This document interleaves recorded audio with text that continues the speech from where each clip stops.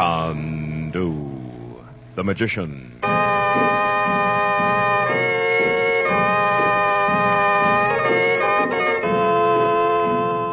Attention, time change. Listen at the close of today's episode for an important announcement of our new time. You'd better act quickly if you want to get Chandu's mystifying Assyrian money changer trick. Yes, if you send right away, tonight, you can get this thrilling magic trick for just 25 cents in coin. 1 quarter and a White King granulated soap box top, or 3 Sierra Pine toilet soap wrappers mailed to Chandu, Los Angeles 21. Listen. You take a penny from your pocket or handbag and lay it on the table. Cover the penny with the mystic ruby block. So coot, you say. Now lift the block, and behold, in place of your penny, there's a silver dime. Here's an amusing pocket trick for you men, an entertaining party trick for you ladies, and a trick with which you boys and girls can mystify all your young friends.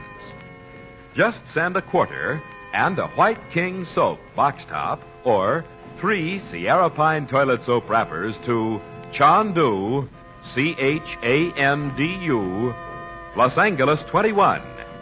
Be sure to send for your money changer tonight.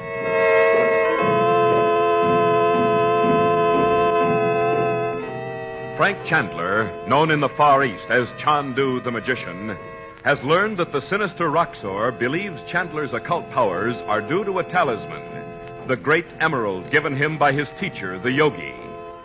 Knowing of Roxor's obsession with sorcery, Chandler tricks him by giving him a replica of the emerald, bought for a few rupees in a Calcutta bazaar. Later, at the hotel, Dorothy examines the wound in Chandler's throat inflicted by Robert Regent after he had allowed himself to come under the hypnotic influence of the uncanny Dr. Shaw.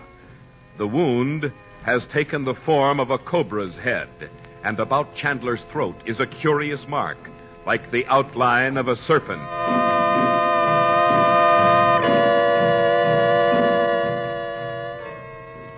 It is morning now.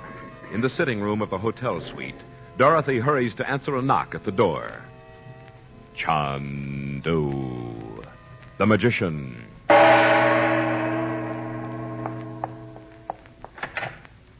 Oh, come in, Dr. Dahl. Good morning, Mrs. Regent. I am surprised that your husband is not greatly improved. Oh, he's much better. I called you about my brother. Mr. Chandler? Yes. I would have called you hours ago, but he wouldn't hear of it. I thought if I confronted him with you, he couldn't refuse to let you look at his throat. I see. Where is he? In his room there. He was asleep when I looked in a few minutes ago. Oh, that mark on his throat looks dreadful. Like the head of a cobra? Why, yes. I thought you recognized that knife when you saw it in my husband's room last night. Yes. Those knives have been used very often here recently. By the Dakukapai? You know of the Brothers of Jeopardy? Oh. They almost killed me in Siam not long ago. Oh, no. How could a knife make a mark like that? Mrs. Regent, the forces of evil take many forms. In this case, you would be wise not to try to understand. You mean it's something like black magic? I beg you to... do not question me. For your own sake. Oh, never mind about me. Can you do anything for Frank? Mrs. Regent, I knew your brother long ago when he arrived in India for the first time. Yes, he told me that when he asked me to call you for my husband. I am sure he has the power to turn this evil from him, if he will. But he won't do anything about it. He insists it's nothing. Wait until you see his throat. It's the most frightening looking... Frank, are you awake? Come in, Dot. I asked Dr. Dahl to come and see you. Good morning, Mr. Chandler. This is a great pleasure. Well, very glad to see you. Not as a doctor, as an old friend. Sit down there by the bed, Dr. Dahl. I'll tuck up the netting so you could... Frank, that mark's worse than it was an hour ago. Nonsense, Dot. You're going to let the doctor look at it. Mr. Chandler, this has gone much too far. Do you know who could be trying to kill you by this means? Yes, a man named Shaw. But Dr. Earnshaw. Oh, for goodness sake, do something. You're making it worse by your fear, Dot. If Dr. Shaw himself is your enemy, you may be beyond help. Oh, don't tell him that. Frank, can't I help you? What can I do? Don't be afraid. Evil has no power. No power except what is given to it. I give it none. Dr. Shaw is powerless to harm me or any of us.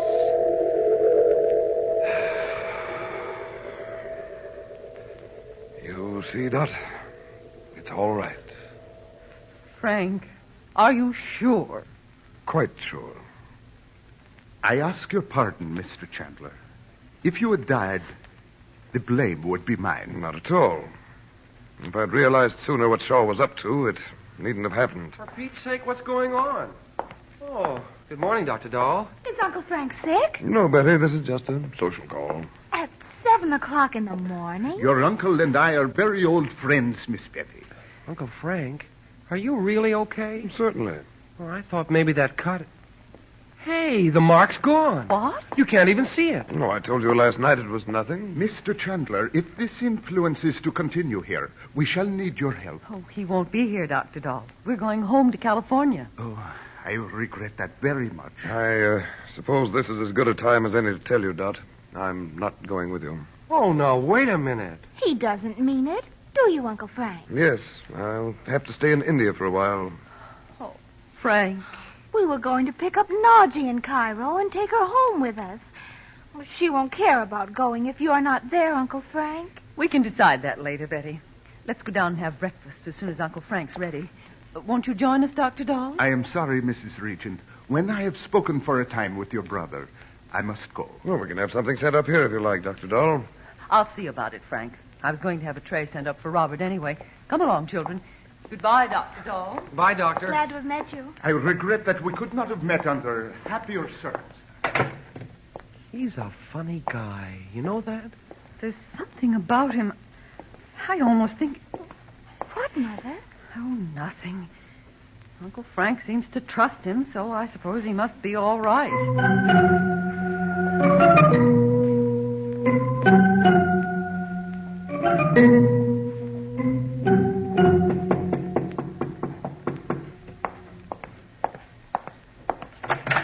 Roxor. You're surprised to see me, Chandler. I wasn't expecting you quite so soon. Come in. Where is Regent? Out at the moment. Will you sit down? Yes, I have plenty of time now. More than he has, I'm sure. He went with the family to do some last-minute shopping. They're leaving in about an hour. Leaving? Yes, they're going back to California. His wife and children may return to America. Regent will stay here. Tell me, did you actually come here expecting to take my brother-in-law with you? When you have told me what I wish to know, Regent will go with me of his own accord. Oh. Even though you have the emerald, you still don't know how to make use of it. But you will tell me. You might have used this sorcery of yours to gain power for yourself. I have seen for myself the incredible things you do. Now the power is mine. Or it will be as soon as I've given you a few mystical phrases to repeat. So you admit it. When you gave me the emerald, you lost the power it conferred.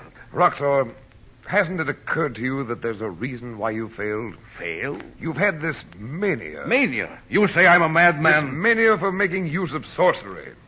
You accepted the help of Dmitri because he told you he could command all the black forces of evil in the universe. But he lied to me. Next, somehow you met Dr. Shaw. Does it mean nothing to you that he transforms men and women into mindless creatures, lower than animals? Dr. Shaw, he is more interested in his infernal experiments than in my plan. Oh, then you're through with him, too. This morning I handed him over to the police. They were very pleased to have him in custody. On what charge? They are alarmed at the growing strength of the Dakukafai. They believe that with Shaw in their hands, the Daku Kafai will become impotent. But of course you have someone else in mind to give them orders now. Someone like Robert Regent. And you cannot prevent it. When you exchanged the emerald for the life of Regent's son, you gave me all the power I need. This is a moment I have long awaited. You don't know how true that is. And what do you mean? I mean, I'm going to give you a demonstration of what you called sorcery. Good. Which is nothing of the sort. And this is something you'll never forget. I am waiting. It might have happened to Napoleon. Unfortunately, it didn't. It might have happened to Hitler. Perhaps it did. Do not compare me with those... Yes. They, too, had your dream of ruling the world. Listen.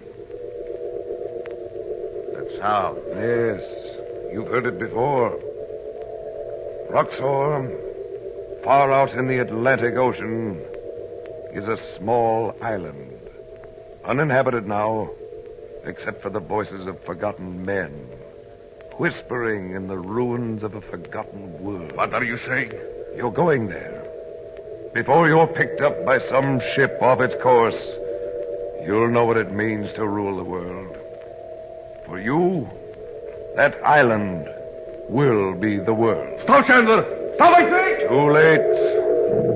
Roxor, as you listen to my words, you are even now on the island of the dead.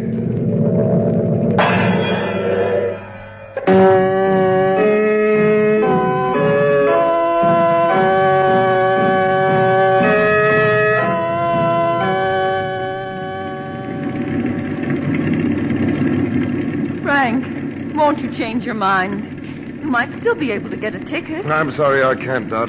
I'm going up to see the yogi before I come to America. We'll give your love to Naji, Uncle Frank. Maybe she'll be with us when you get home. I hope so. Dad looks worried, as if he thought we'd missed the plane. Maybe we better get aboard. I think you can. Bye. Goodbye. Bye-bye. Bye-bye. Bye-bye, Dorothy. Bye.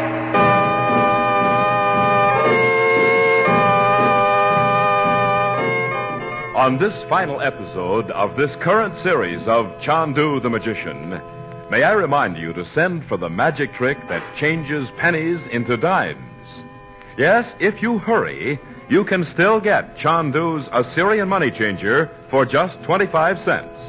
Just a quarter and a White King granulated soap box top, or 3 Sierra Pine toilet soap wrappers mailed to Chandu, Los Angeles 21.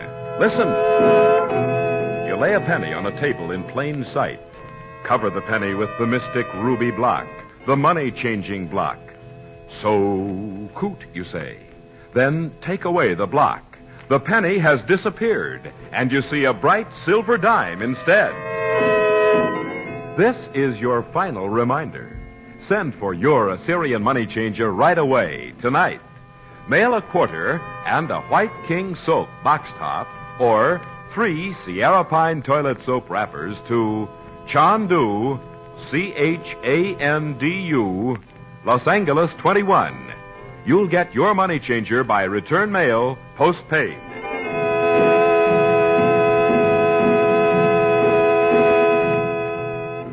And now, attention.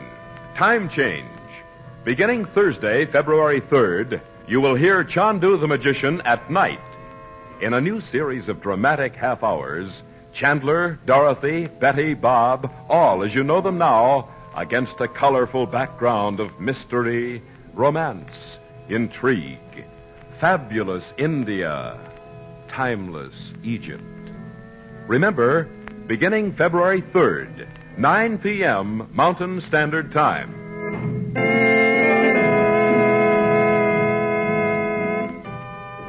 Please remember, the makers of White King Soap invite you to listen next Thursday night, February 3rd at 9 o'clock Mountain Standard Time for the new dramatic half-hour program of Chandu the Magician.